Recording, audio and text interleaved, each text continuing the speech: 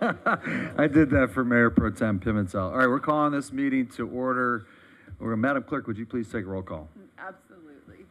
Councilmember Baldino. Present. Councilmember Giroux. Here. Councilmember Persek. Here. Mayor Pro Tem Pimentel. Here. Mayor Boyle. Here. All right. Thank you, Madam Clerk. We're going to have the invocation. It's going to be led by Rabbi Dovid Lisbon of the Jewish Community Center. Following that, we'll have Councilmember Carol Perstick lead us in the Pledge of Allegiance. If we could all please rise.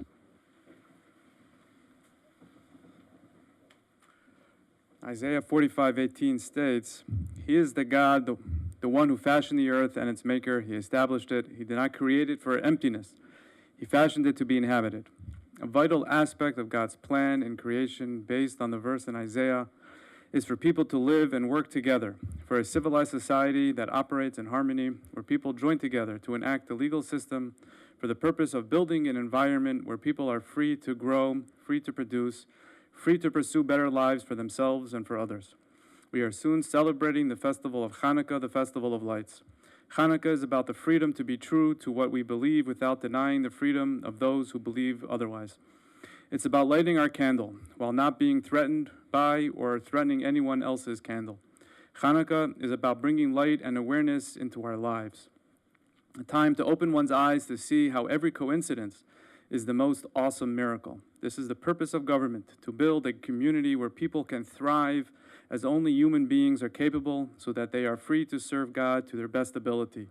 Honorable Mayor, City Council members, it is easy to lose sight of this lofty goal when you're bogged down in deliberations in that which demands your attention. Therefore, we turn to God to bestow blessings on our city leaders, to provide them with the wisdom to balance the rights of individuals, community, and businesses, to enact laws and institute policies that will bring God's blessing of peace, goodness, and blessing upon them and upon all the citizens of this great city. May it be favorable in God's eyes to bless our mayor and city council members and all the citizens of El Segundo at all times and at every moment with his peace and blessing. May God bless the United States of America, the state of California, and the city of El Segundo, and let us say amen. Just while you're here, menorah lighting Thursday. Not this Thursday. Next Thursday, Next thank Thursday, you. 5:30. 14th, 5:30 p.m. right out front. Right Last year outside. you had, what, 75 people? At least. Expecting at least 150, 200. So If come by. everybody's here tonight, you'll come Yes, next please year. come by. Thank you very much, Rabbi. Latkes and donuts.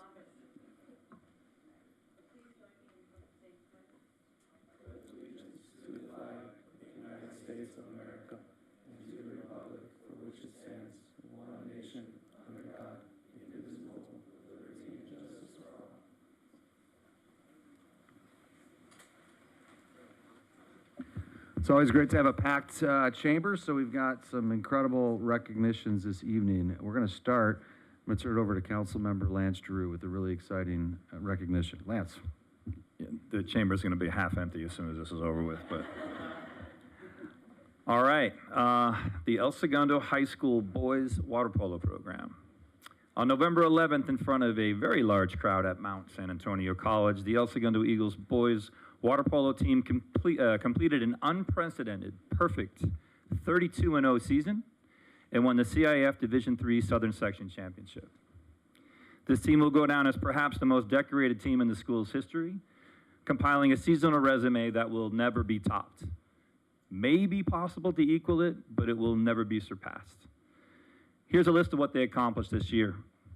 They won the Corona Invitational Tournament, won the prestigious Henry Stewart South Bay Tournament. By the way, that tournament has been going on since 1970, and El Segundo had not won that tournament since 1986. To put that in proper perspective, I was a senior in high school. Won the Central Orange County Tournament, won their third consecutive Pioneer League Championship, and this team has actually never lost a league game in 3+ years, including the COVID year. And finally won the CIF Southern Section Division III Championship. That is 5 trophies in one season. An amazing accomplishment, boys. Well done.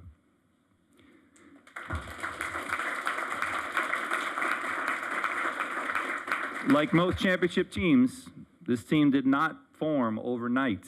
In the COVID-shortened season of 2019-20, Coach Neil Award took over both the boys and girls programs. The boys program at the time had only 14 players total, one varsity team. Fast forward to 2023, and there are now 42 players, and the high school fields a varsity, a junior varsity, and a Frost sophomore team. She is an amazing coach and person who has now brought a CIF title to both the boys and girls programs in the past 4 years. And I know she doesn't want to say anything, so I wanted to make sure she knew that. Neela, along with assistant coaches Dave Williamson and Aaron Arias, have dedicated an incredible amount of time, energy, and passion to this program. And thank you very much for all that you have done for these boys.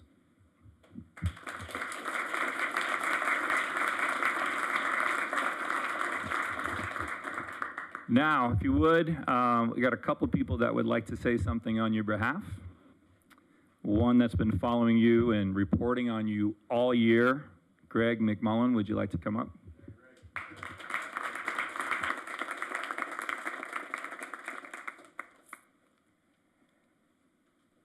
Mr. Mayor and council members, it's my pleasure to be in front of you today to speak about a historic team. Thank you for the time. My name's Greg McMullen. I'm a 67-year resident of El Segundo. So I was here when Henry was coaching. In fact, he asked me to play, and I thought, no, I'm going to play football and baseball. Well, I picked the wrong sport. Over the years, I've covered a number of teams, but none of them have accomplished what this team did this year. Think about it, 32 wins, no losses. Winning 3 prestigious tournaments in the same year, never been done before by a water polo team. Winning a Pioneer League title, the 39th time it's been done by that program, surpassing any baseball or basketball teams. The team advanced to the CIF playoffs for the program's 48th time. 48 times this water polo program has gone to the playoffs. They hosted the semifinals in front of 400 people, the largest crowd ever to see a water polo home game, ever. It was probably a little intimidating for Yucaipa, but not for our boys. The team capped off the season by going undefeated and winning the CIF Southern Section title for the 14th time. 14 times it's been done. It ties Newport Harbor with the most CIF championships in water polo in Southern Section history. Let that sink in, guys, because they can never take that away from you. The team ended 32-0 and won 23 of those games against playoff teams. Unsurpassed. Your mark in history books is set in stone as one of the school's greatest seasons ever. They can never take that away from you. 32-0, think about that. A comment was made to me thanking me for covering a secondary sport. Are you kidding me? This is not a secondary sport in El Segundo, not with the championships that the water polo program has produced. Let the 32-0 sink in, well, pardon the pun, but you've made our community, your school, and your families extremely proud. And it's my pleasure and honor to have covered such an extraordinary team. Thank you, Coach Neela, and the entire team for making me feel like I was part of your team. They went out of the way to say thank you each and every time I attended a game and covered them. Lastly, I'm thrilled to know that the team will be showcased in Sunday's Christmas parade. Much deserved way to say thank you from the community for a historic season. What's wrong with this mic? Anyway, on behalf of the community, thank you. You guys have made your indelible mark in history for El Segundo. Thank you, guys. All right, Coach Stewart. Coach Stewart, you want to stand up, or you, yes, no? You want to say something? Now would be the time, sir.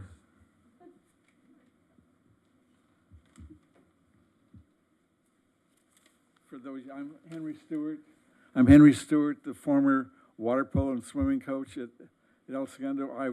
I went all through the educational system here. I started in the first grade, 1941.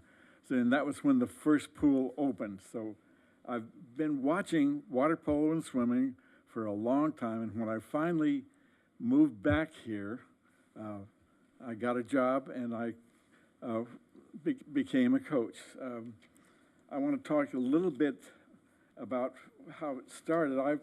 I usually have a session where I talk to the team about the history of water polo in El Segundo.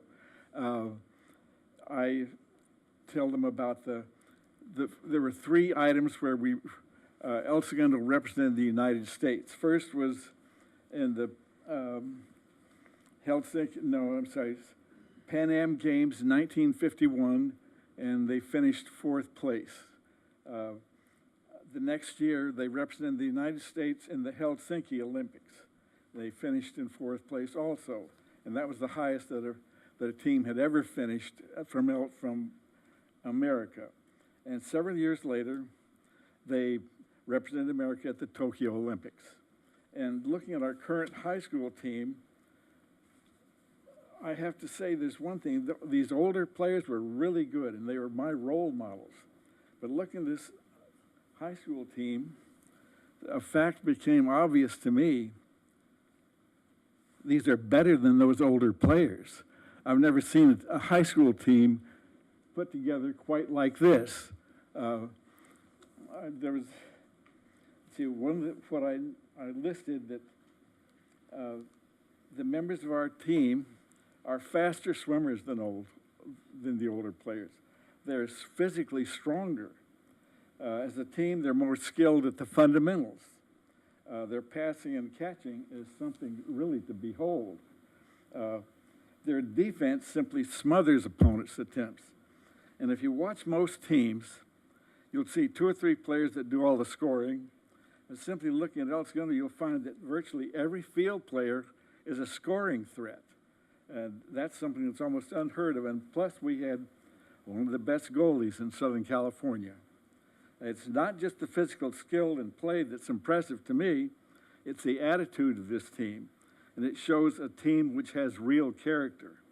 In my book, this is probably the most important aspect. It's my opinion that the team's success is a result of the combined influence of great parents and great coaches. Neela Ward, Dave Williamson, Tyler Katarsi, and Aaron, whose last name I didn't get. And I don't know if next year's team can equal the one-loss record, but I'll guarantee they'll play well, they'll do their absolute best, and it will be exciting, and I really look forward to it. Thank you very much. All right, boys, I'm going to actually announce your names. When you announce, can you kind of come up? Ms. Shia is going to give you a certificate, and then we're going to have a picture, right?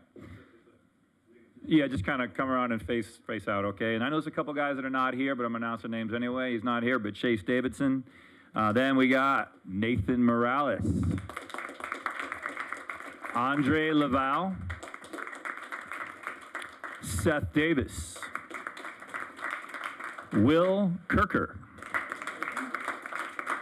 Also not here, but to be recognized, Dane Mackerer.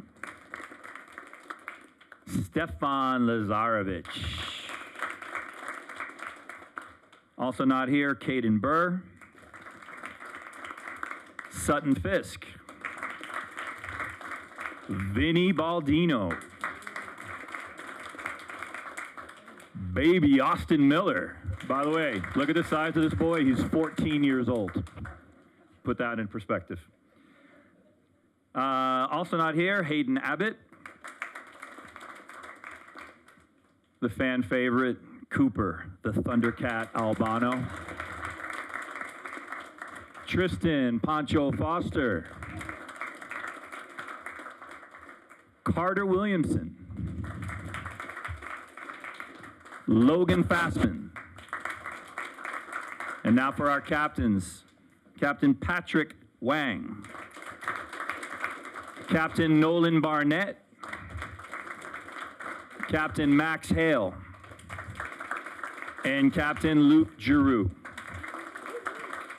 Coach Neil Award is the only one in the audience. Come on up, Coach. And there you go, 2023 champs. All right, I think you want to get a picture?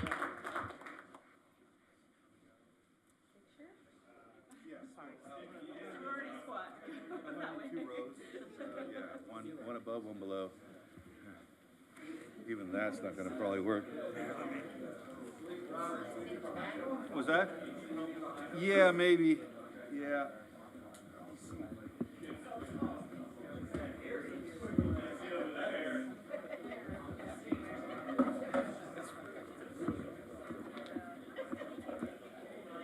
No.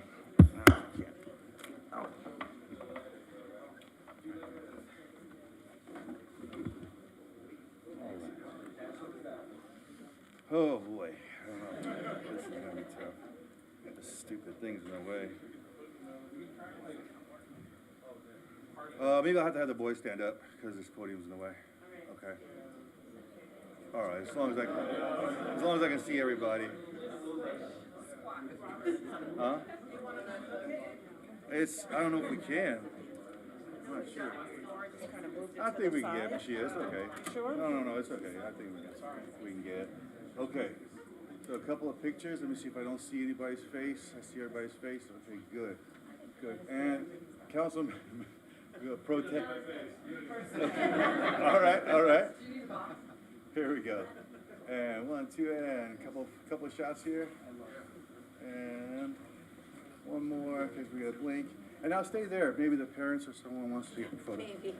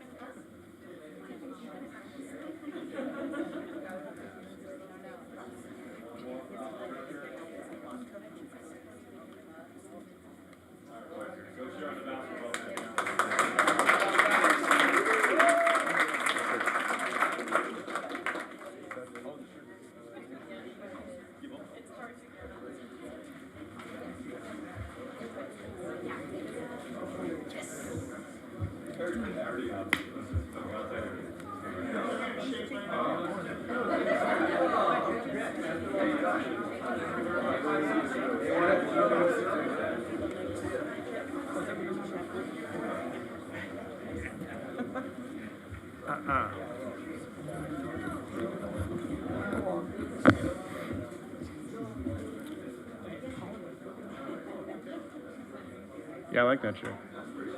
Yeah. Although they lost at the alumni game. These alumni came out to play.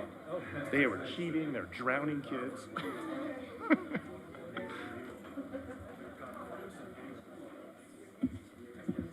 All right, next up, we've got Councilmember Baldino with the Candy Cane Lane Proclamation, our favorite time of year. Start the tick. One breath away.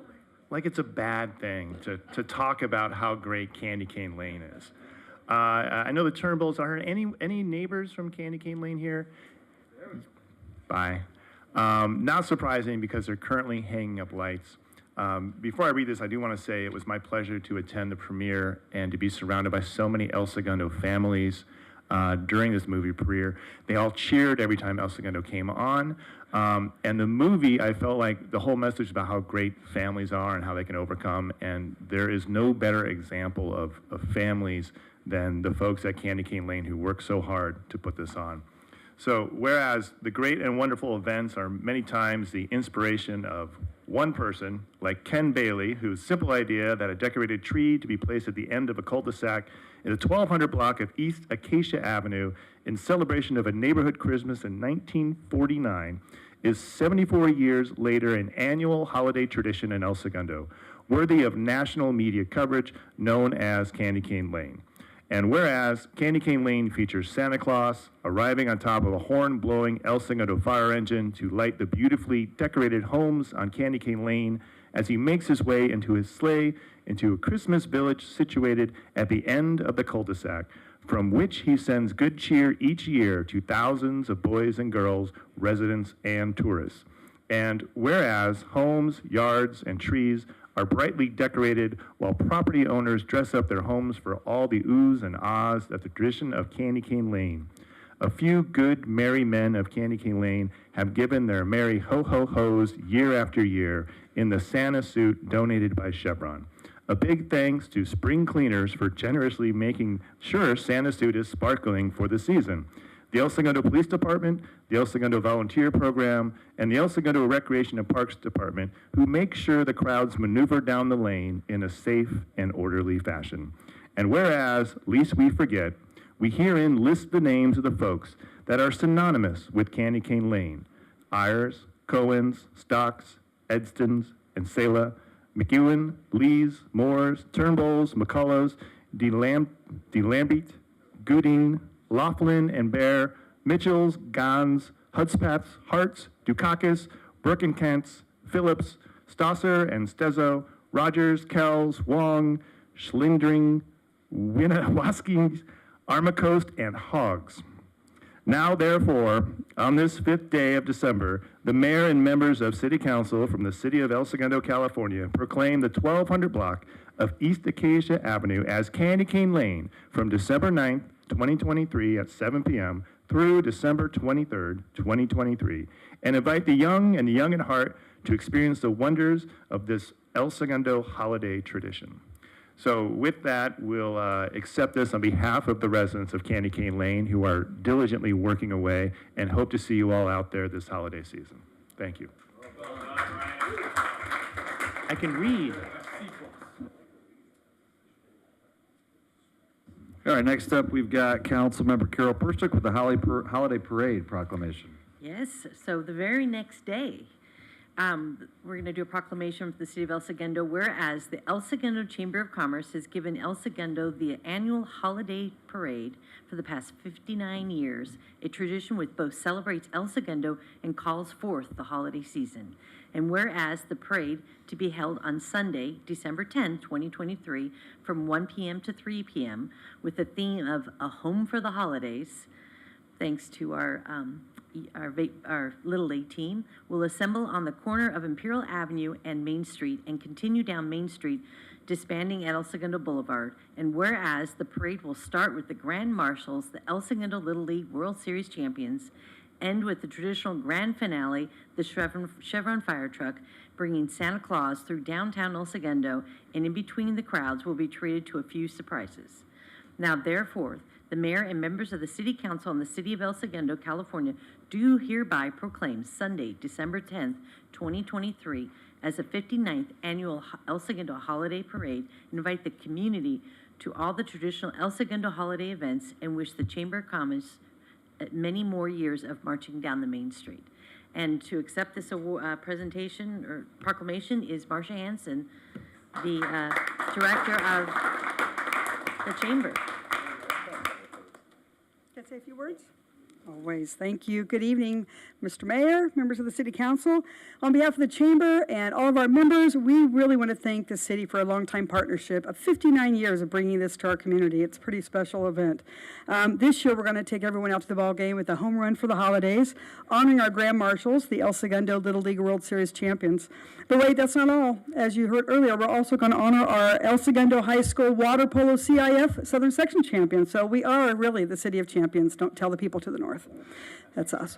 The El Segundo Chamber truly enjoys putting on this event in partnership with some of our major partners like the city, Chevron, the Addition Group, Edco, Mattel, and many other sponsors. This year we have horses, we have dogs and kiddos and guys with blue hair and lots of marching bands and dancers. And we have over 75 entries. It's one of our biggest parades ever. So 3 major marching bands from high schools in the area. So we are very excited. We also hear the Santa that we've all seen on Amazon Prime's Candy Cane Lane is going to be heading down Main Street. We're so excited. So we hope all the kiddos, both young and old, come out to Main Street on Sunday, December 10th from 1 p.m. to 3 p.m. to show Santa what a wonderful community we are and celebrate the holidays with us. Thank you very much.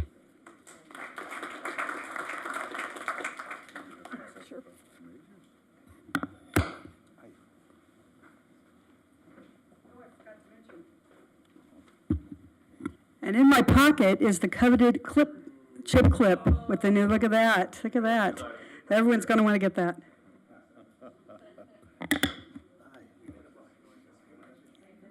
All right, here we go. Couple of photos here. 1 and a 2 and a 3. Thank you so much.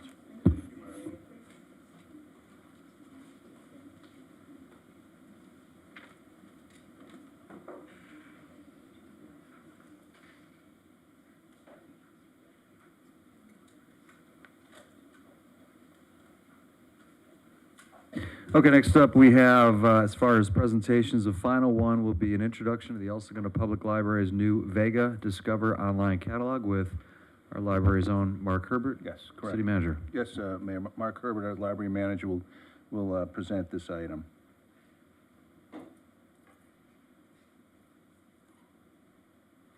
Good evening, Mayor Boyles and members of the council. As said, I'm Mark Herbert, library manager, and it's my pleasure to give you and the audience a brief introduction to the library online catalog called Vega Discover.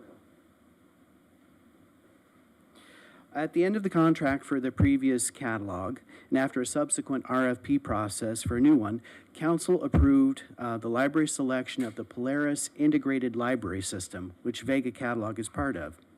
Library staff, with the help of the information technology staff, completed data migration and implementation of the catalog, and it's ready for public use. On the main library webpage, the catalog can be accessed through the Search Catalog link at the top or the Search Catalog icon below the banner shown here. The main catalog page is designed to have a similar feel to the web page with the same web links at the top and the center. The library website, digital library, get a library card, and so on. On the upper right corner, users can change their search between English and Spanish, getting help on searching the catalog, basic library information. They can bookmark their searches and log into their account. The catalog search bar is located below those links, and below that is what we refer to as the showcases. In this case, they are collection items that the library staff have selected to highlight. In this case, as you'll see here, we have Cozy Mystery shown and Spooky Stories. Once logged in, users can create their own search bookmarks or create their own showcases for their own personal use. Shown here is a search for books written by James Patterson with a result of 252 titles that we have in the collection. Each title is displayed by its cover, its format, and whether it's available or checked out. Patrons can request to have items held for them by clicking or logging in and by clicking on the Place Hold button, which you see at the right side. In the case of Patterson's 3 Dates to Live, you can see that we have it as a book, an e-audiobook, and an e-book. E-books can be checked out directly through the Overdrive e-book collection by clicking on the Get It button, as you see down at the lower right. And on the left side of the screen, you'll see that we have various filters that narrow down the searches. Within the book catalog record itself, users will find our other new features. A list of similar books that readers might like to consider, related resources and topics, reader reviews, and brief information about the author and other contributors. We're very pleased with the new online catalog, and we hope that everybody else is too. And it can be found at www.elsegundolibrary.org. And lastly, we'd like to thank Council for approving this project and this system, and also give special thanks to the Information Technology Department for helping us implement it. And I'll take any questions if you have any. Thank you very much, Mr. Herbert. Any questions? Councilmember Yeah, I just have one question. So the content with the author and the bio and all the information, is that preloaded by this company? There is a third party that puts it in for us. And so when you're looking, it's actually going through several different resources to pull that information into the catalog for us. Thank you. You're welcome. Great. Love it. Thank you so much. Appreciate it. Thank you. All right. Have a good one. All right, now it's time and place for public communications. Madam Clerk, how many people do we have expressing an interest to speak? 2. Two. Okay, it's 5-minute limit per person. If you want to call up the first person, please. Absolutely. Bradford, Store, or Stone? Unsure. Stone. Good evening. Bradford Stone, resident of 615 East Holly Avenue, here to talk about item number 17 on the agenda, reinstating the yearly yard sale that the Park Vista residents used to have prior to COVID. And I was hoping that we could resume that on a go-forward basis. So I'm here representing several people that are here with me tonight, as well as the 97 residents and the 21 people that signed my my list here in regards to proceeding forward with that. It's on the agenda. Thank you. Thanks, Brad. Yeah. Did you want to make any other comments about it, or you have plenty of time? We're on gonna the speak agenda. about that item later today. Okay, that's the Yeah. main thing. I'm just here representing the group and hoping that you'll make, well, I'm sure you'll make, you know, the right decision to include the community of seniors in the thrive and to grow category of what was mentioned earlier tonight. And appreciate your help in that and support in that matter. Thank you. Thank you very much. Good seeing you. Madam Clerk.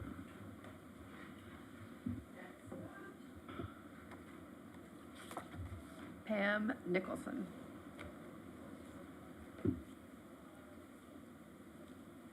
Good evening.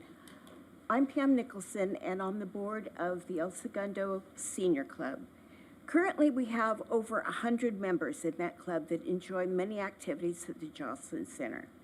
Unfortunately, for over a year, the lights have been out at the bottom of the elevator and the top of the elevator. We have made this known to Jocelyn management repeatedly. When the people exit at night, and it's now dark because they're coming out at 6 or later, the upper landing is completely dark. It's a raised concrete landing with a sharp drop-off curve. I know of at least one fall and numerous trips. I need your help to finally get somebody to take care of this, because there's going to be a serious accident, and it's not going to be just a broken leg.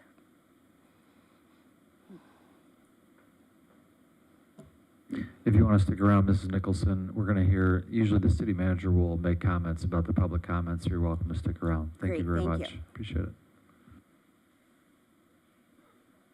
Okay, that's it for that. We're going to go to city manager follow-up comments, and I know you're going to talk about Hyperion as well. Yes, I will, Mayor, thank you. Let me, if I can, before the comments, if I could ask the council to consider a slight modification to tonight's agenda. Item 16, under staff presentations, the fire service automatic and mutual aid agreement. I'd like to pull that item and bring it back at a future council meeting. And then also item number 19, the updated memorandum of understanding regarding the proposed Greenway project item. I'd like to, if we can, if you allow to move that to just after the consent calendar. Okay, thank you. As for the comments on the lights at the Jocelyn Center, I absolutely will follow up on that with our Recreation and Parks Director, and we will take care of that immediately. Thank you very much for that. Appreciate it. And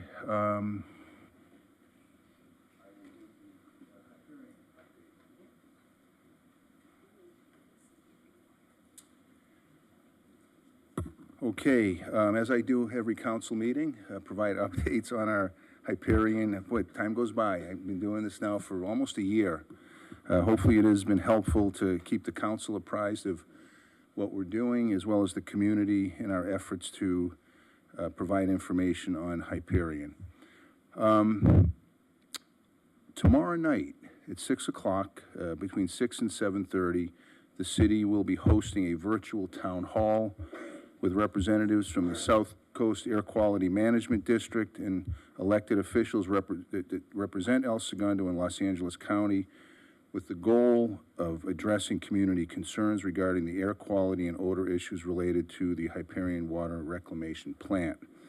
Staff, in conjunction with the Hyperion Ad Hoc Committee, have worked pretty relentlessly on putting this together. It's been a long time coming, and happy to say that a lot of folks have come together, and I encourage people to plug into this. It'll be a Zoom virtual meeting. Topics will include Hyperion operations, health concerns, and a legislative overview, and also enforcement. There'll be several high-level representatives from the Air Quality Management District there to answer questions that have come in already. We have, I believe, over 50-something questions that have come in, and all those questions will be addressed tomorrow evening. As I said, our panelists will include South Coast AQMD, the City of Los Angeles, the Mayor's Office, as well as LA Sanitation. Hyperion will have staff on the panel.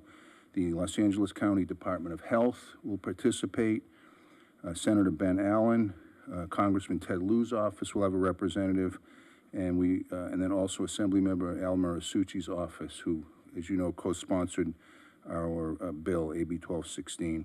And then finally, Los Angeles County Supervisor Holly Mitchell's office will also be on the panel, along with your staff and our ad hoc committee representatives. All details, including the Zoom link for the meeting, are on the city's homepage. So again, I encourage people to look that up and spend an hour and a half with us tomorrow night. Be very informative.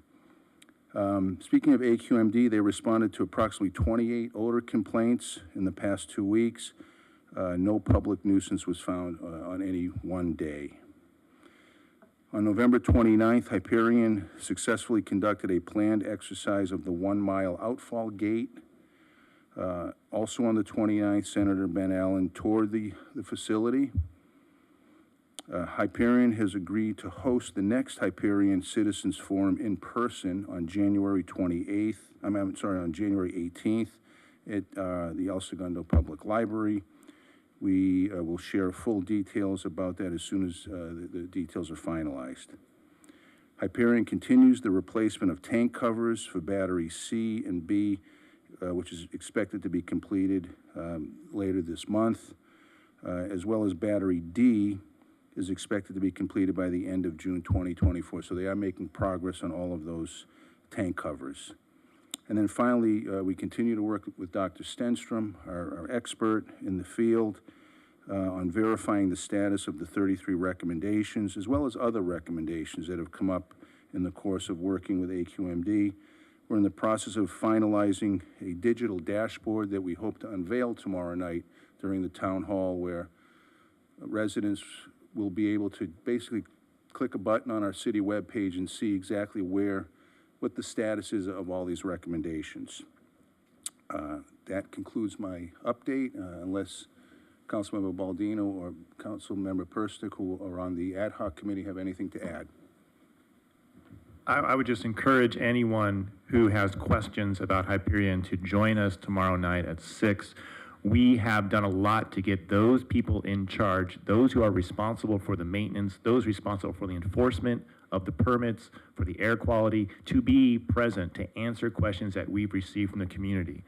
So again, you can find that information on our website. Please join us via Zoom. We hope to address concerns of the community over this ongoing issue with Hyperion. Thanks. And I just also want to thank Tracy Mills-Jarnicki, our representative on our environmental committee. She's put a lot of time and effort into this. She'll be the moderator tomorrow night.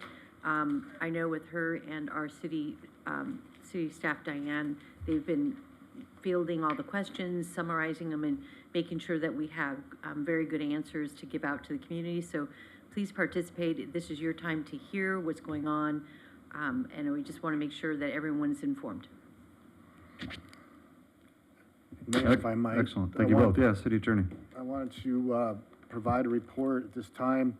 As you note on the agenda tonight, there are 9 lawsuits that were on the closed session portion of the agenda. These are lawsuits that were filed by either former or current employees of the police and fire department.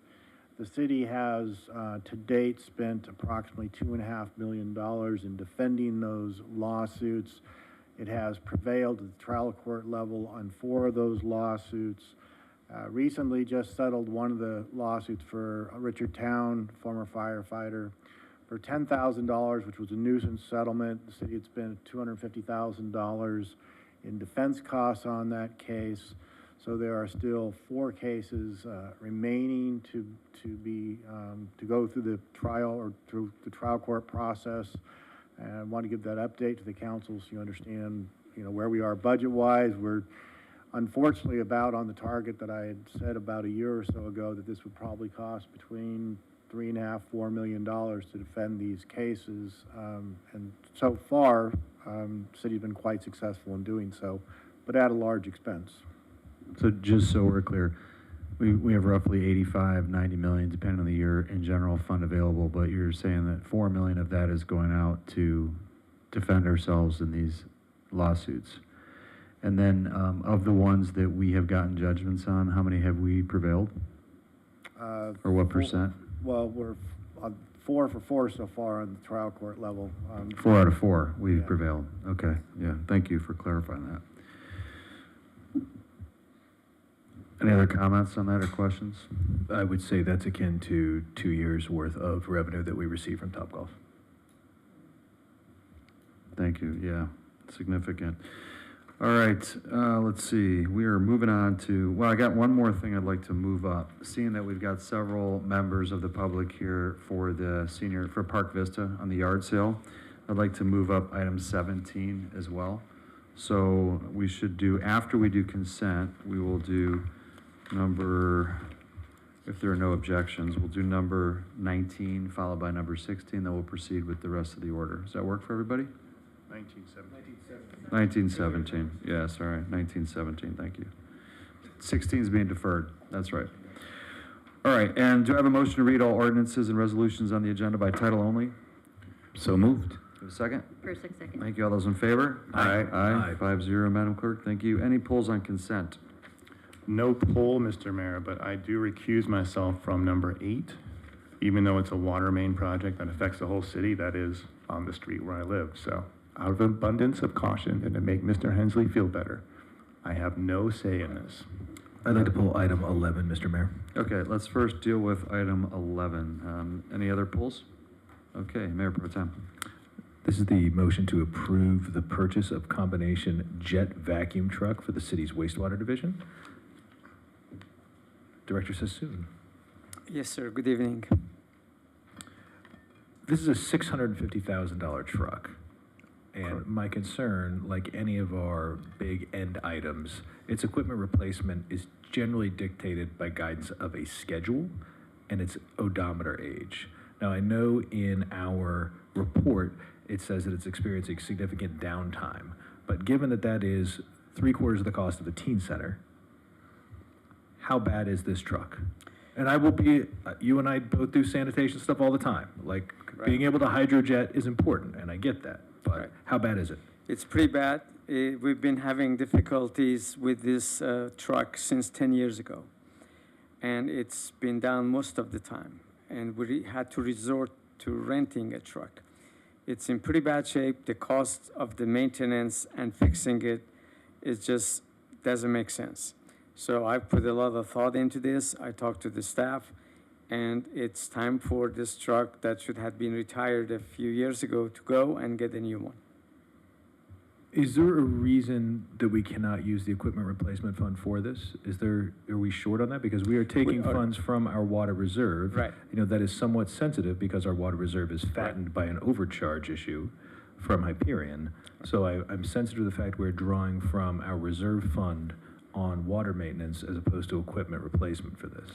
The equipment replacement funds should really have paid for this, but the reason that it's not sufficient funds in that account is because the cost of these trucks has doubled, believe it or not, since pandemic. That's one thing. And then on top of that, even if that not to be considered, even with that, without that, the replacement funds have not been updated for a long time. So we need to really look at the new cost of the equipment and come up with the new portions of the funding that needs to come into this fund, equipment replacement fund each year, because right now it's not enough. City Manager, I know we don't have a CFO currently, but is this reflective of some of the debt owed to the equipment replacement fund by the old golf fund? Because we ran into this with a fire truck previously for a $900,000 fire truck. Yeah, I will make sure that we, as we get into the early 2024, we begin our budget discussions for next year. I will make sure that we look more closely at the replacement fund and see what kind of position it's in. Is this reflected as a loan from the water maintenance fund to the equipment replacement fund, or is it directly subsidizing the trucks? It's directly subsidized at this time because there are just not sufficient funds in But that water replacement money may not be real money, right? Because we have an $880,000 overage in that we've charged based on the Hyperion overcharge. So that's people's money that we're effectively holding in water reserve escrow. I just don't want, I mean, do you see where I'm going with this? I do.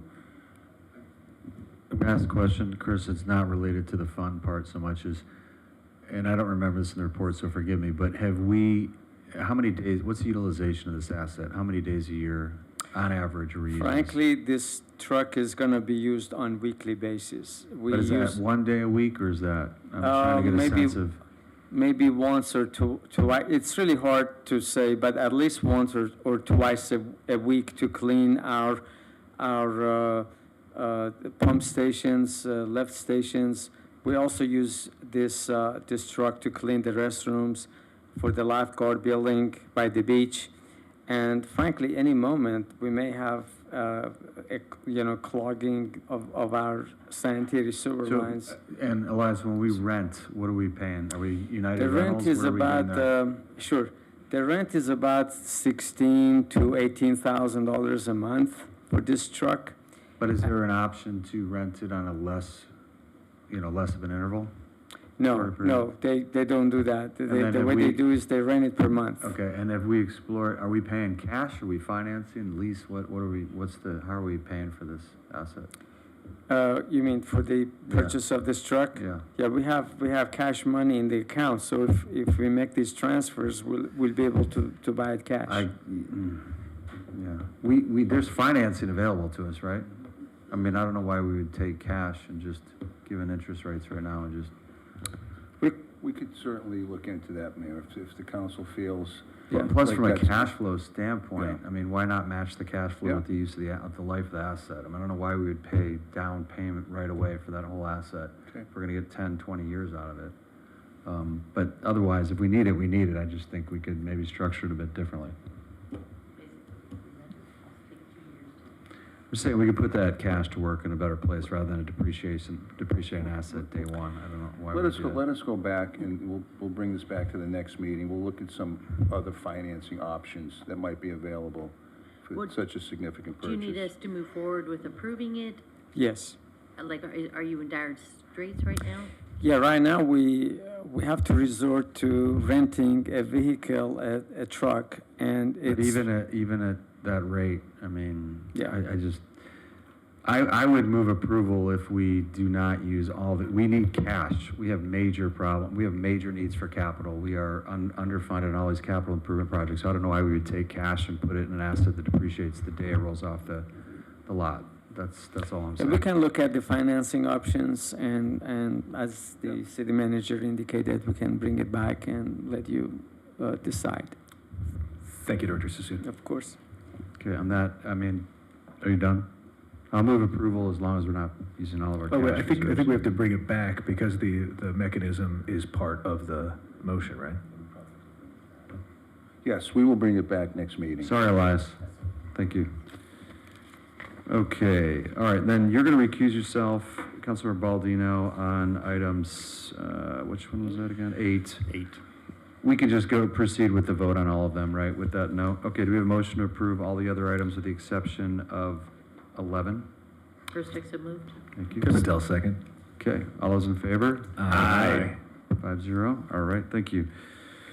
Okay, so we're going to go to item 19, which is related to update and memorandum of understanding regarding the proposed Greenway project to be located along the western side of Aviation Boulevard where a railroad line currently exists. Mr. George. Yes, our city attorney will start off this presentation, and then we'll turn it over to, I believe, Mr. Racine. Yeah, briefly, back in January of 2022 and prior to that, there's been discussion about having a greenway along Aviation Boulevard for purposes of walkway and bike path.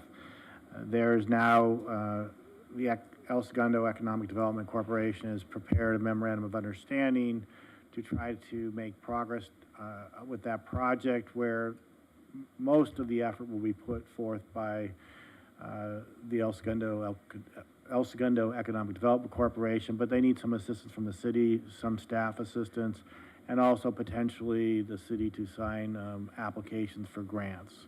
The agreement's pretty straightforward that way, and with that, I think it'd be best to have Mr. Racine come forward and talk about the progress they've made. Okay, Mr. Racine, if you would, please.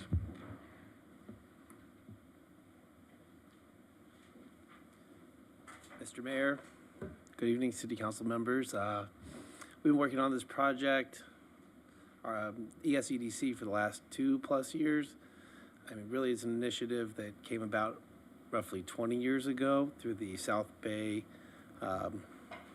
Council of Governors as a long bike path that would connect all the way from Aviation and Imperial down all the way through the South Bay.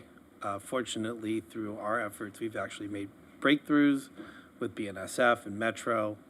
BNSF currently has a rail line there that they do utilize, or at least they say they will utilize. I've never seen a train car on there. However, Metro has agreed, at least in principle, that they will work with them to relocate all of that track, which is roughly a mile's worth, to another location outside of the city, freeing this land up for the Greenway.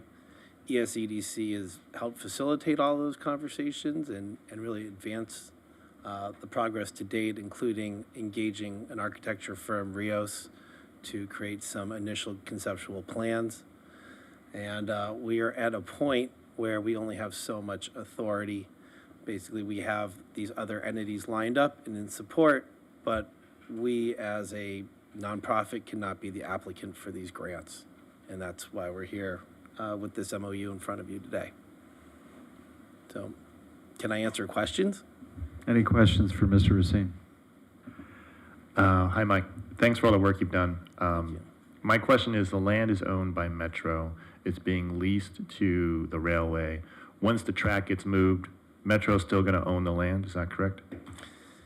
There's not a definitive answer on that. Metro has suggested that it's not their intention to long-term own it because they don't have a mechanism in place to manage the ongoing, Rails to Trails bike initiative. Whether that would be the city or another entity, it's a conversation that probably will come up further down the road once we have, a more fully formed plan.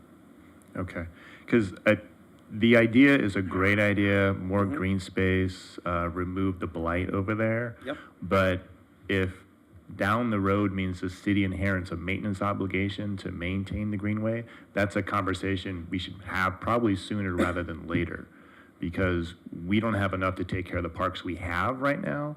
And this is a beautiful project, but it's also going to be not only expensive to get the money to fund it, but I know a lot of those grants want to know how you're going to maintain this going forward. How are you going to provide the lighting, the security, the irrigation? What we have here is just a very well-written memorandum of understanding. It says we're not doing anything. We'll sign the grants. We'll help you out, try to get that fundraising. But I look forward to those continued conversations where you try to nail down some of these details for us. That's more than fair, and that's an accurate reflection of the agreement. It's simply that we're looking for an applicant so that we can chase those dollars from other sources, not the city, so that we can advance these plans and really understand what the Greenway will look like, what the maintenance obligations will be, what this project will be in, a fully formed concept. But, without those dollars, Sure. we can't advance this plan in any way, shape, or form. Okay. Any other questions? I would just add to Councilmember Baldino's point that our misgiving at the outset of this, well, misgiving is probably the wrong term, was we really wanted to hedge the possibility that we would end up with this would become, our White Elephant project. So with that, tread carefully on these because there's some certainly very active people involved in this, and we want to manage expectations. Of course, and I'm aware there's a lot of people that are interested in this project and have been long before my tenure, but our goal is to find a path forward that really improves that area, and it does need a lot of TLC, and does it in a way that's economically efficient and not impactful to the city. I'll move approval. I'll second. All those in favor? Aye. 5-0, thank you. Thank you very much. Thank you for all your work on this. All right, next up is, yes, I'm sorry, she's asking about the motion, thank you. Okay, we're on to the item related to Park Vista, which is item 17, Park Vista yard sale request. Let me disclose that I had a conversation with Neil Cadman and I had a conversation with Tim Whelan, who sits on the Senior Advisory Board at Park Vista. Thank you. Thank you, Mayor. Good evening, members of the City Council. Tonight is discussion and possible direction, depending on how that discussion goes. The staff has asked for this to be on tonight's agenda and wrote a very brief staff report because the recent months, October, September, residents of Park Vista had raised the question to the board, a desire to have a yard sale. It emanated from an attempt to have a yard sale without approvals. And so there was asks or questions of seeking a proper pathway of how can we do this and get approvals. Historically, management, which is the Neil Cadman or Cadman Group, has not provided approvals. This is not an arrangement that is baked into the city's agreement with the Cadman Group and its management of the facility. We currently don't have any language that covers liability or safety. And so on the onset, historically, it has not been an approved operation inside the building or in the courtyard, which is adjacent to or between the building and the park, the outdoor courtyard. And so we've had a couple meetings with council where we've had public comment express an interest of pursuing a path that allows yard sales at Park Vista Senior Housing Facility. And so we're looking for direction from council if there's appetite to explore it. We don't have answers on exact costs if it requires liability or security or other things at this moment. It's something we can easily explore, and if it's within our purchasing authorities, we can proceed if there's a desire to do that, or if it exceeds certain purchasing authorities, then we can obviously come back to council. And so we're just looking for some direction on if there's a desire to allow yard sales at Park Vista. But with that, I can answer questions. Mr. Cadman's also here to answer any questions and some of the historical nature. He's been managing the facility for a while. Great. Councilor Drew. I'll start. This is something that had gone on for a period of time. Am I correct? I don't know exactly how many years, but I know it was pre-COVID. Can I assume this was at least an annual, if not one time a year, 2 times a year, one time a year? I'll go ahead and give it. Oh, are you answering? One time, and I have someone in the back telling me it's one time a year. So this happened. It's one time a year. So somehow this managed to happen before COVID, but now it's impossible, or it's not impossible, but now it's becoming a problem. So did we not face a liability problem for the previous 50 years? We only face it now? Reportedly, the approvals didn't happen previously. Okay, I understand. So, but what I'm saying is, was there ever an issue with anything legally in the previous history of said yard sale? I'm not aware of any, and I think Neil No, I probably understand. is. I guess my question is, I don't think it is- the weekend code enforcement person who put in. I'm just saying, I understand why this has to have this conversation, because there's no code involved, there's some I get it, but one time a year, I think we need to figure out a way to get this done.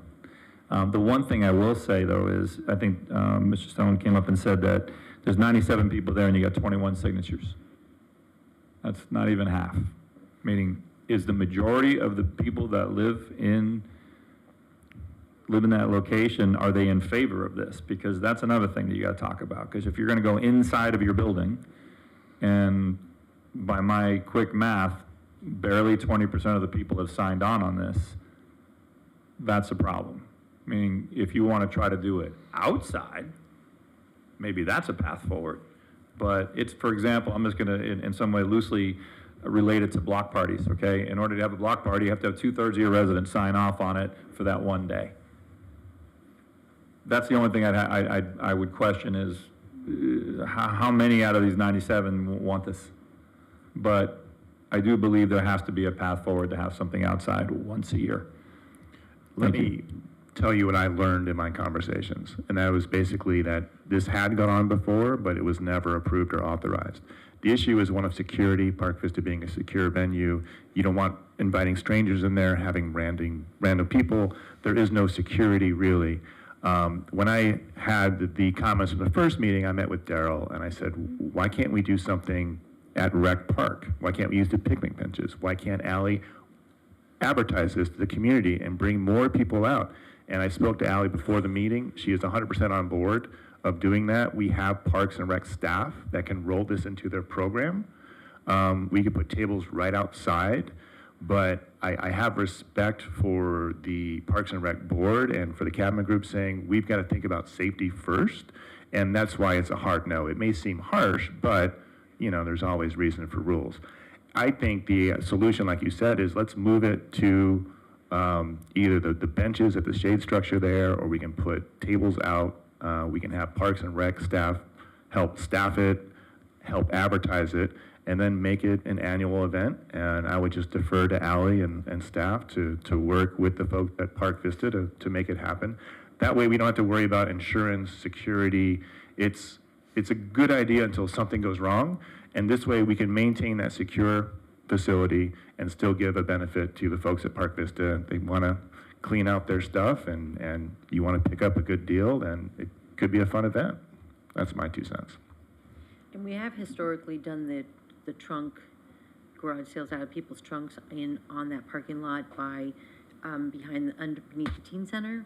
They've historically have had garage sales there where you bring in your car with your trunk and put up, and that has been a community event historically. All right, so it sounds like there's consensus to direct staff to figure something out creative outside the building. That's what I'm hearing, right?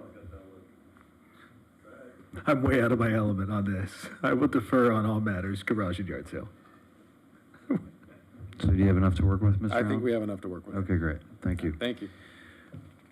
All right, we're going back to the top of the agenda to item, make sure I've got the numbers right. I believe it's 14. Yeah, item 14, which is a public hearing. This is a time and place here to fix for a public hearing, waiving the full reading of the proposed ordinance EA number 1345, zone text amendment number 23-02 to amend El Segundo Municipal Code Title 15, implement certain zone text amendments in El Segundo Housing Element Program 9, and find it exempt from further environmental review pursuant to 14 California Code of Regulations, Section 15358, 15061B3, and 15162. City Clerk, was proper notice of the hearing given in a timely manner? Yes, it was. Great. Has any written communication been received regarding this public hearing? No, sir. Okay. Public hearing is now open. I see Mr. Allen. I assume you're going to give the presentation? Great. Thank you, Mayor. I'm going to hand the mic over to our planning manager, Eduardo, in a moment, but I just wanted to offer the prelude.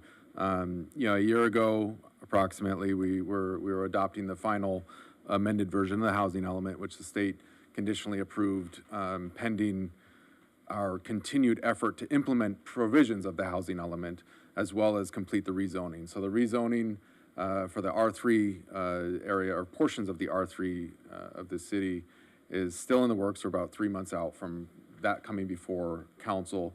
But in the meantime, there's several programs and goals and policies that we have to continue to work on. And so Program 9, which is outlined in the staff report, has a handful of components, about 7 or 8 components that are intended to implement certain programs of the housing element that the state has conditioned we implement.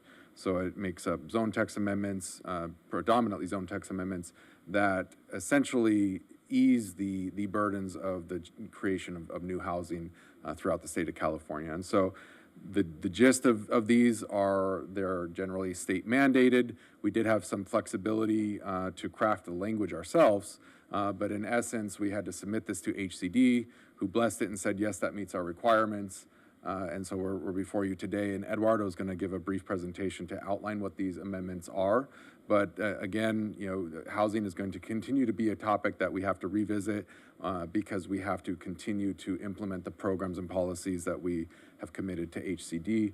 If we do not continue to implement these programs, then we are at risk of the state saying, hey, we're going to rescind our conditional approval until you get yourselves in order. So this will continue us in the good faith effort working with HCD, and the next step after this will be the rezoning of the specific sites inventory for the R3 zone. And so with that, I'll briefly hand it over to Eduardo, who can walk you through the amendments. Thank you, Michael. Thanks for the background on that. A couple other keynote items include some of the Program 9 zone text amendments that have been completed thus far, include the density bonus, SRO and micro units, and transitional and supportive housing. Currently, we are working on this, which includes residential care facilities for 7 or more, emergency shelters, low barrier navigation centers, employee housing, reasonable accommodations, and senior housing. And as Michael had indicated earlier, we'll be coming back in 2024, both to Planning Commission and to City Council for the rezoning. So a little bit about the draft ordinance. This was reviewed by the Planning Commission back in November. They adopted a resolution recommending that the City Council approve the zone text amendments. Again, this makes modifications to our modifications and amendments to our existing provisions of the code, including definitions to ensure consistency with state law. For example, residential care facilities, emergency shelters, and employee housing. Most notable with this amendment is the inclusion of low barrier navigation centers, which is required per an Assembly Bill AB 101, and a new provision for reasonable accommodations. Low barrier centers is a type of shelter where the focus is to house individuals or families temporarily and then move them into permanent housing. The key difference here between it's kind of weird that they have this navigation word in there, but most notably the difference between that and your typical shelter is that you have on-site case managers and offices that work to connect individuals and families to income and public benefits and health services and provide them ultimately with guidance for permanent housing and other shelter.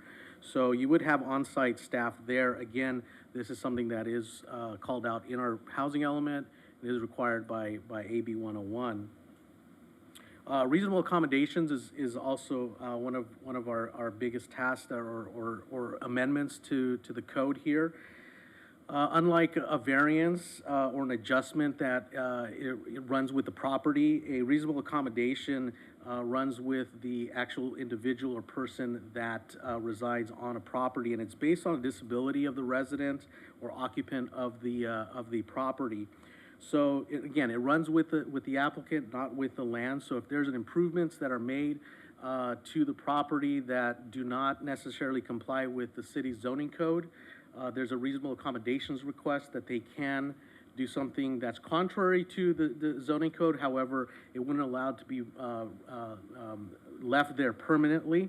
It would have to be removed once the occupant leaves or no longer resides on the property. And there would be a covenants to ensure that in the future, if the property is ever sold or the occupant's no longer there, that any future owner is aware of that, and whatever improvements were done would have to be removed. Hey, Eduardo? Yes, sir. So an example of that would be, I don't know, someone wants to install a wheelchair lift that's in the setback too close to the road. The code says you can't do it. It's a reasonable accommodation. They can do it. Once they move, though, that gets removed and back to code. Exactly. That's a great example, and that is one, where you typically will have something that doesn't comply with the code, with the setback requirements. And they only have 6 months to put it in, if you get an accommodation, right? I'm sorry? They only have 6 months to exercise their accommodation. No, they in terms of when they can apply or how. Yeah, well, no, once you get awarded it, you have 6 months to put it in. You don't have you don't have a floating ability to add an elevator. Right, exactly. I mean, there's a certain time frame in which that needs to be done. Okay, so those are the two biggest modifications, if you will, to our code. Now, these are in accordance with or do implement our housing element. It removes governmental constraints, which is a key component or a key factor with Sacramento. So again, this all comes in line with our housing element.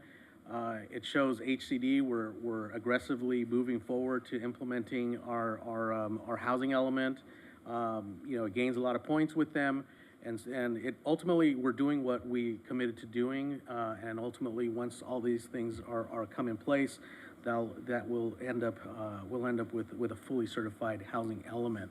One thing I do want to bring up is one issue or one point of clarification that we would like to read into the record with regards to a definition. And I will go ahead and just bring up the document here. So it's on pages 131 and 132 of the packet, and it deals with the definition and use of employee housing. In looking at it, it wasn't as clear and so in your packet on page 131 for the definition, one of the things that as a planner and manager, we don't want to have actual standards within a definition. So as you can see here, the way we originally wrote the definition for employee housing, it actually created a number of 7 or more. We're suggesting removing that language and because employee housing is what it is, regardless if it's 7 or more or less than 7. We want to keep the definition intact and free of actual standards. So we are requesting that be read into record, that we delete the 7 or more reference.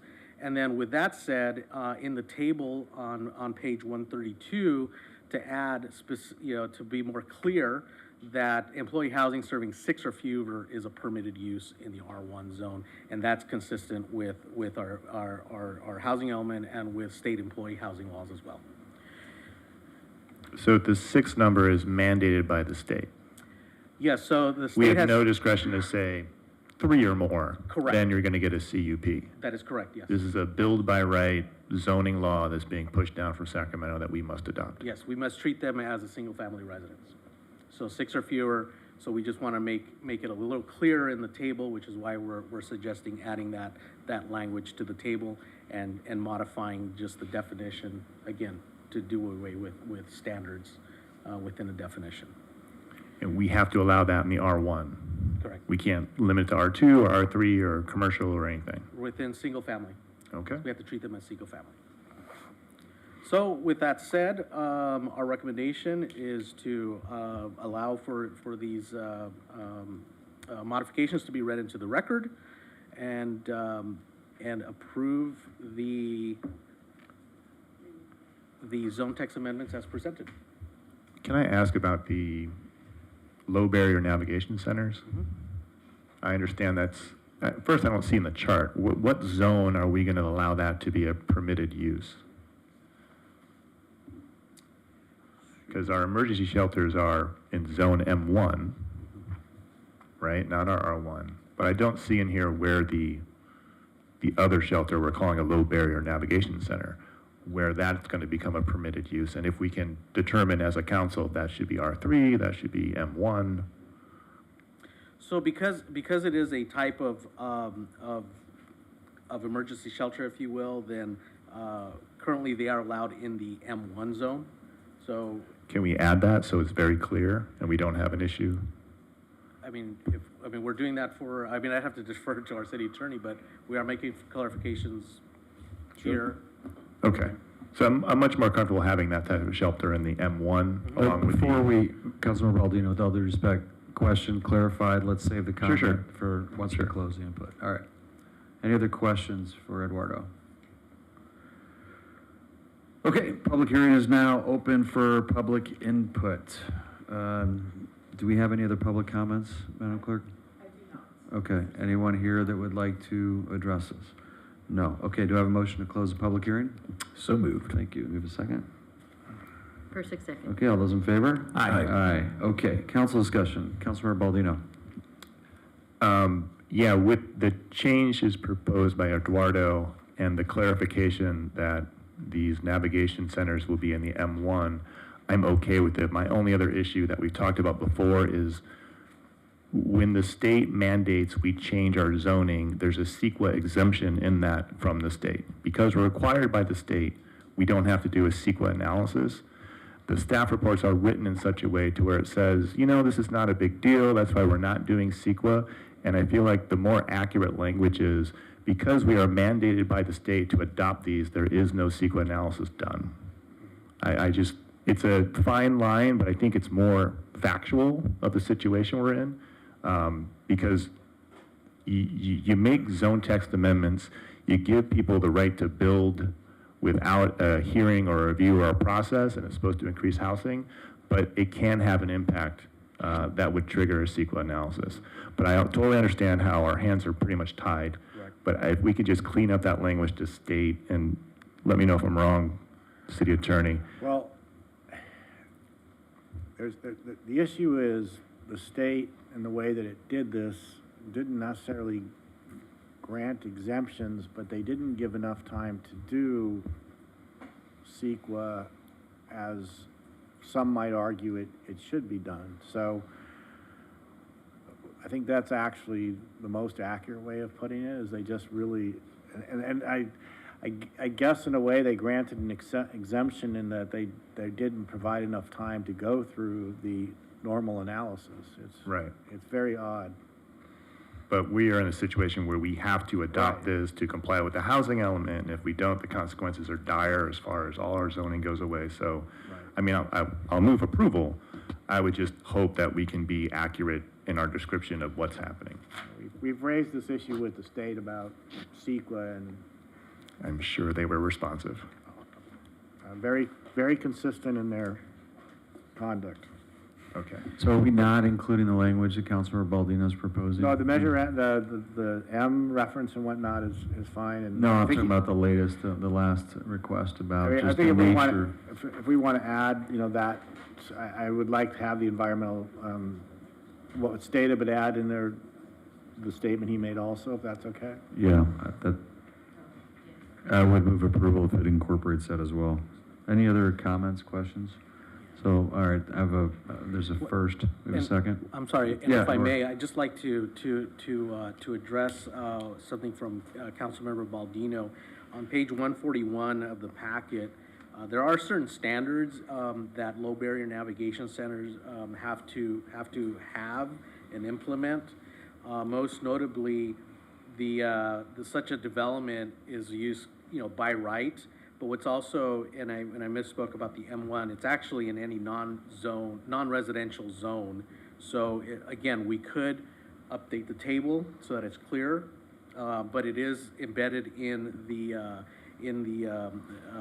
ordinance that is specific to low barrier navigation centers. And again, they're not just, can just go up with, willy-nilly. There are certain requirements. Again, there has to be some sort of management firm there.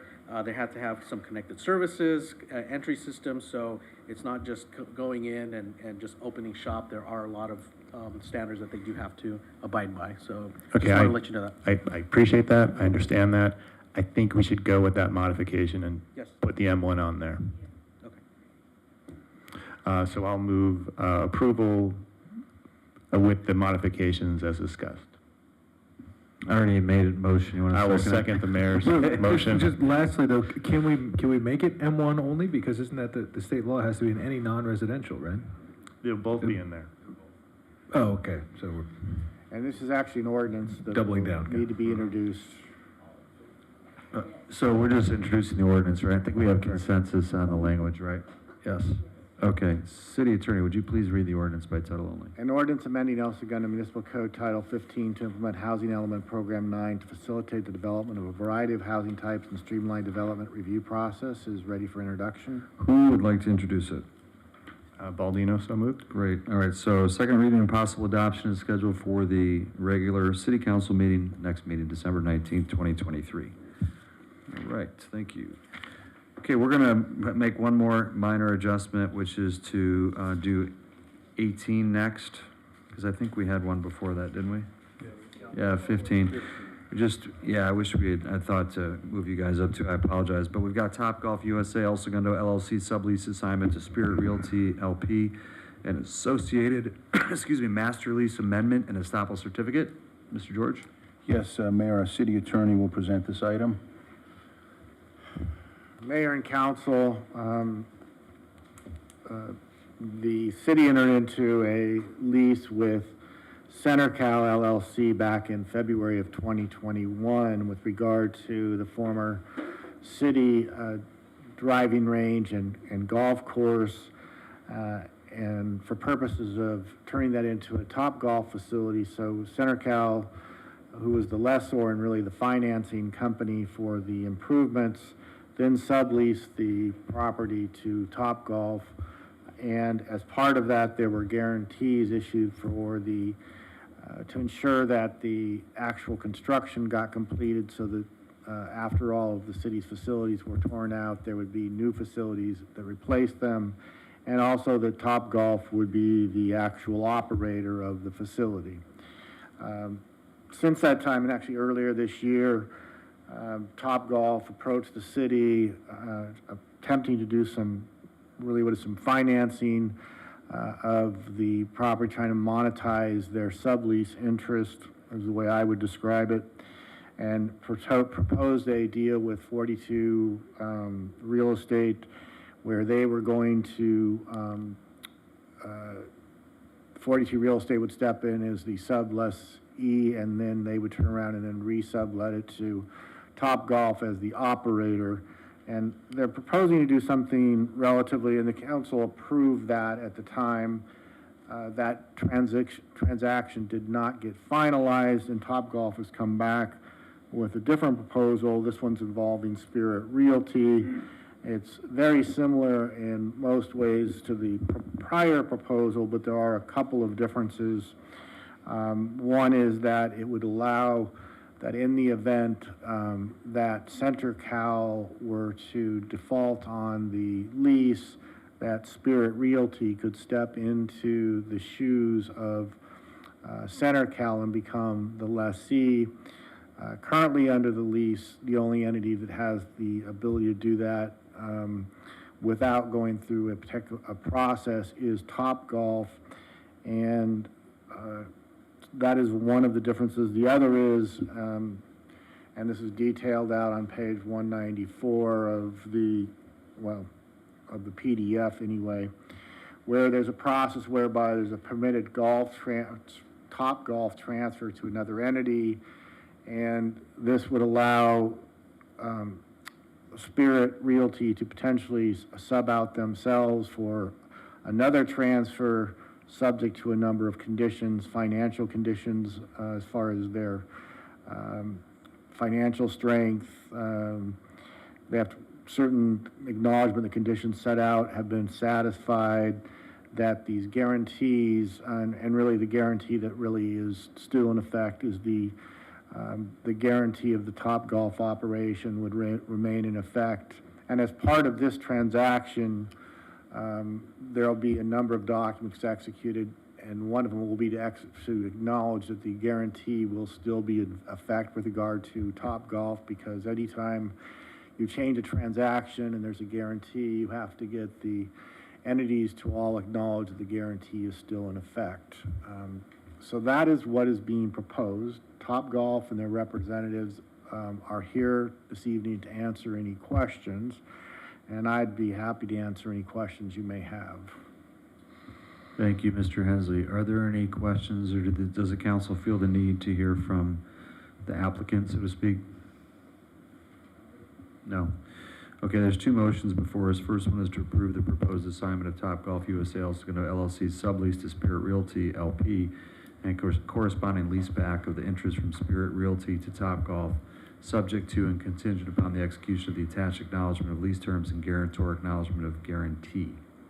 Any further discussion on this one, or would someone like to move approval? Baldino so moves. Thank you. Persick, second. Okay, all those in favor? Aye. Aye. 5-0, Madam Clerk. Second one is authorizing the mayor to execute the estoppel certificate and consent, the Second Amendment to the Due Diligence and Recreation Ground Lease Agreement between the City of El Segundo and Center Cal LLC, and the corresponding First Amendment to Memorandum of Lease on the condition that the assignment of the sublease occurs on or before January 30th, 2024, provided the documents are in a form substantially similar to the drafts attached to the council agenda report and are approved by the city attorney. Someone like to move approval on this one? Baldino so moves. Thank you. Persick, second. Okay, all those in favor? Aye. All right, 5-0, Madam Clerk. Thank you very much. Sorry to keep you. Congrats on all success. We love it. All right, going back to item, thank you, 15. Resolution of intention and first reading of an ordinance authorizing an amendment to the city's CalPERS contract to implement additional government code 20516 employee cost sharing for Classic City Employees Association members, and I see our Director of HR, Rebecca Reddick. Thank you, Mayor, members of the council. This item tonight is a resolution of intention and a first reading of ordinance to amend our CalPERS contract for the City Employees Association group. Their prior contract, before it expired, included a previously negotiated 1% cost share that the employees would pick up for the classic CalPERS members only. So that's approximately 22 employees in a group of about 60 employees. So currently the deduction is being made. This process here tonight is like the process that we went through earlier this year with the other two miscellaneous groups to amend the contract. CalPERS only provides that you can have one contract amendment in place at a time. So now that those two are complete, we are beginning the CEA process. So currently the 1% deduction is being taken via payroll deduction, is considered an after-tax employer contribution. Once the completion of the CalPERS contract amendment process is finished, then that will convert to an employee contribution, and they will receive credit for the 1%, and it will also switch to a pre-tax contribution instead of a post-tax contribution. Any questions? No. Okay, so we have three. Let's see here. First is adopt the resolution. So, City Attorney, if you could please read that. Mayor and Council, a resolution of intention to approve an amendment to contract between the Board of Administration, California Public Employees Retirement System, and the City Council of the City of El Segundo is ready for adoption. Okay, would someone like to move approval? Pimentel, so moved. Thank you. Second? True, second. Okay, all those in favor? Aye. Aye. 5-0, Madam Clerk. Second one is to authorize the city manager and city clerk to execute CalPERS forms as required for submission to CalPERS to facilitate CalPERS contract amendment process. Would someone like to move approval? Baldino so moved. Great, thank you. Pimentel, second. Baldino on the first, Pimentel on the second. All those in favor? Aye. Aye, 5-0. Second one is to introduce the first reading by title only. So, City Attorney, please. Mayor and Council, an ordinance of the City Council of the City of El Segundo authorizing an amendment to the contract between the City of El Segundo and the Board of Administration of the California Public Employees Retirement System is ready for introduction. Who would like to introduce? Pimentel. All right, Pimentel is introducing, then it'll come back. Thank you very much. And this will actually, just a note, this one, because of the CalPERS rules, will come back for a second reading at January 16th, 2024. They provide for an additional period between the first and the second read. Thank you for clarifying that. Okay. I believe that completes our regularly scheduled business, right? Did I miss any? I think we're good, right?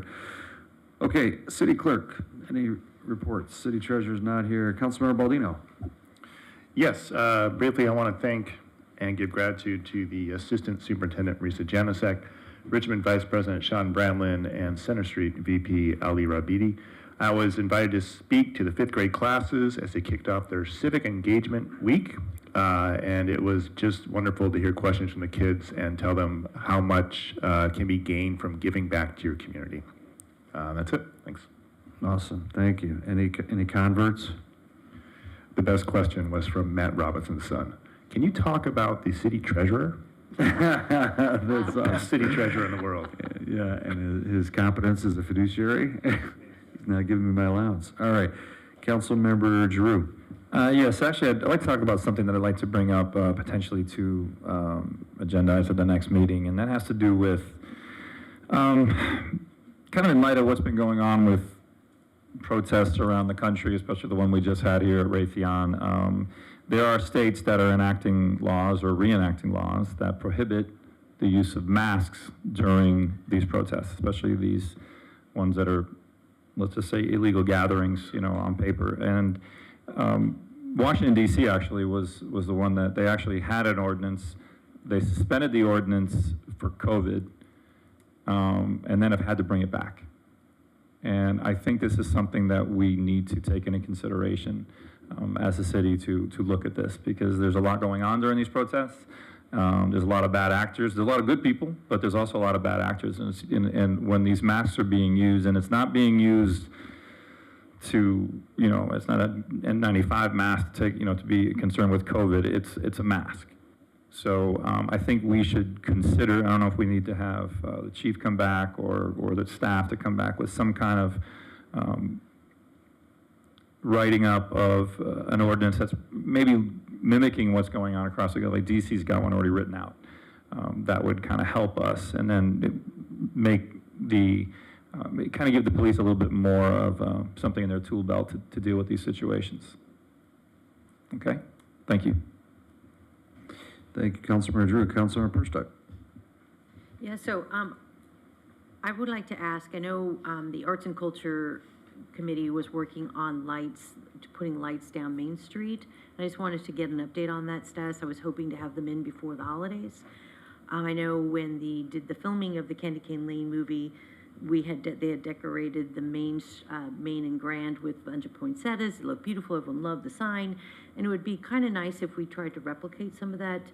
I mean, obviously we can't do everything that they did, but it wouldn't, especially we have a lot going on this week. We have the Festival of Holidays on Thursday. We have the parade on Sunday. I mean, any way we can ensure that our downtown looks amazing, I would really, I'm not sure how much money we have to do for buying poinsettias and putting them around that corridor, but I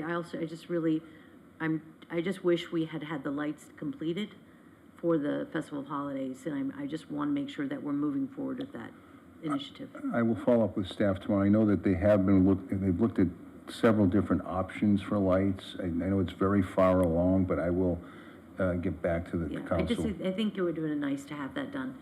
And then I just want to make sure everyone knows about we have the Festival of Holidays on Thursday. We have the Candy Cane Lane on Saturday, and then the parade on Sunday. It's a very festive time for us, and so please come out and celebrate El Segundo.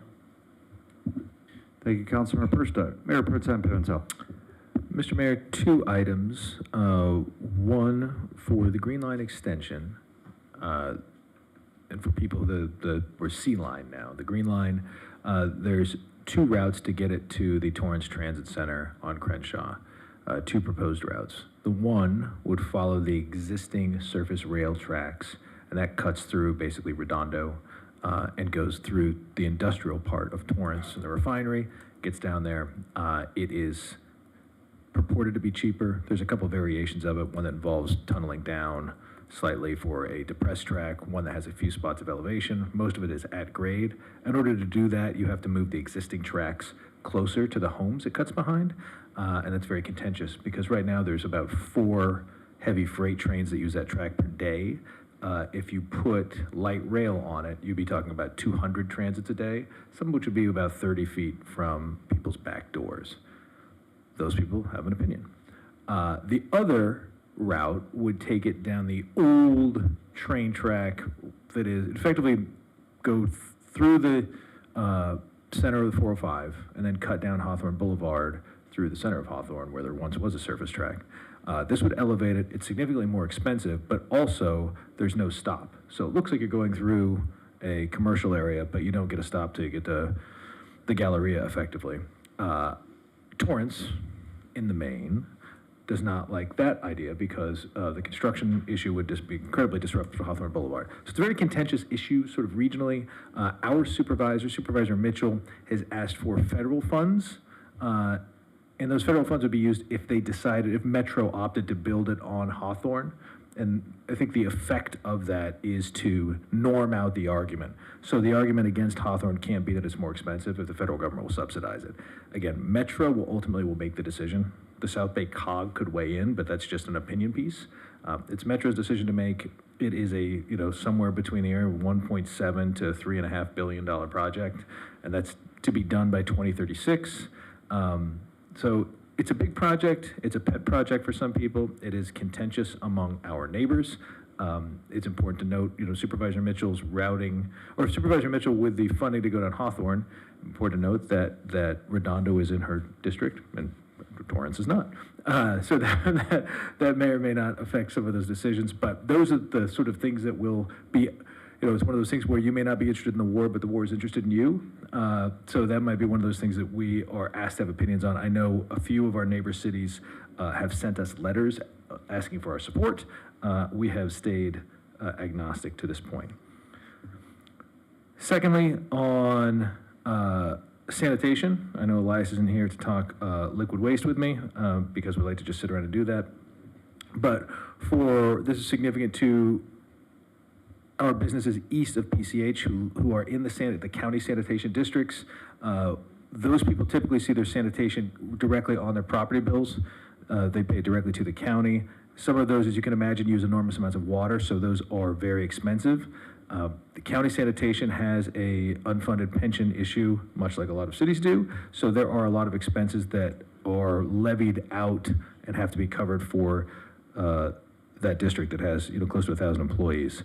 So with that, we volunteered to sit on the administrative board. So we sit in both District 5 and the South Bay cities are 2 districts for actual usage. District 2 is the administrative one that handles both the labor issues and the legal issues. So we will have a vote on that as a city for the next year. That's all, Mr. Mayor. Thank you. Yeah, on the Sea Lion, consensus is right. Last Thursday at the South Bay Council Board of Directors meeting, there were probably 12 people there to speak in public comments, all in favor of the Hawthorne approach, not the Redondo right-of-way. And Supervisor Mitchell was there to speak. She did a great job expressing her opinion and listening and asking the Metro to defer on the decision as they continue to evaluate. Mr. Mayor, I almost forgot. There's one other piece to that, and that is there is a significant, probably growing portion of people within this debate who want to not build it at all. For any number of reasons. People don't want to be the last stop on a rail line for legal and homelessness issues. Also, it's just so expensive. And there's some back of the envelope math that you could buy 62,000 Tesla Model 3s for the cost of the train. And would that do more to get rid of greenhouse gas than a light rail? Which I thought was kind of a funny piece of math. Interesting stat. Yeah, thank you. All right, so we had a great Sidebar Summit. I want to thank Mayor Pro Tem for the introduction of Sidebar. They came down. They typically host events in the Bay Area. Carol was there. They brought their first ever event down to Southern California. We had the state treasurer, Fiona Ma, there, which was incredible. We also had her predecessor, John Chang, who lives here in Torrance, the former state treasurer. We had a great turnout.